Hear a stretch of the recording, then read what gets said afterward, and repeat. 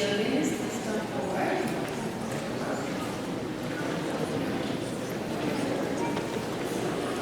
And we have to pray Hail Mary.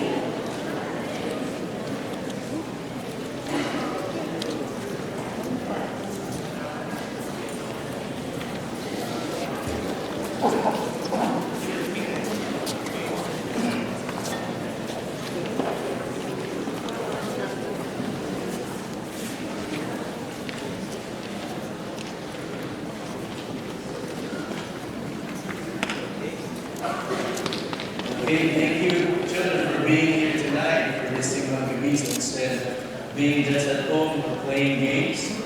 Tonight, you really went to church, and this is part of our Filipino tradition, going to church for 9 days before Christmas. It's the best gift we can give Jesus, right?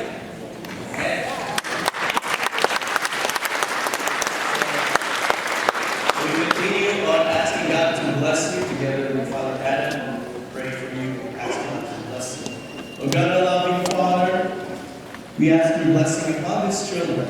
As you once said, as your Son once said, let the children come to me. So we bring them to you, continue to bless them, help them in all their challenges in school and even at home, be obedient and respectful to their elders, and keep the faith alive as they grow up. We ask all of this through Christ, our Lord. Amen. In the Father, and the Son, and the Holy Spirit. Amen. I will sprinkle you with holy water. The Lord is with thee. Blessed art thou amongst women. Blessed is the fruit of thy womb, Jesus. Holy Mary, Mother of God, pray for us sinners, now and at the hour of our death. Amen. Hail Mary, full of grace, the Lord is with thee. Blessed art thou amongst women, and blessed is the fruit of thy womb, Jesus. Holy Mary, Mother of God, pray for us sinners, now and at the hour of our death. Amen. Glory be to the Father, to the Son, and to the Holy Spirit. As it was in the beginning, is now, and ever shall be, world without end. Amen. Okay, thank you very much. We will go back to your seats.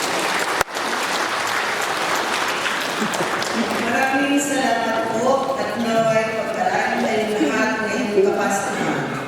At meron po kami kunting snacks para sa inyo. Don't forget to go out that door.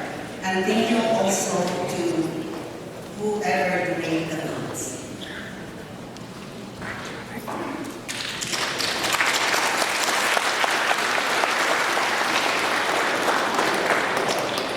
Magsitayo po ang lahat. Sumayin niyo ang Panginoon. Pagpalain kayo lahat ng makapangyarihan Diyos sa Ama at Anak at Espiritu Santo. Amen. Misa'y na ialay na humayo ay taglay ang pag-ibig ni Kristo. Salamat sa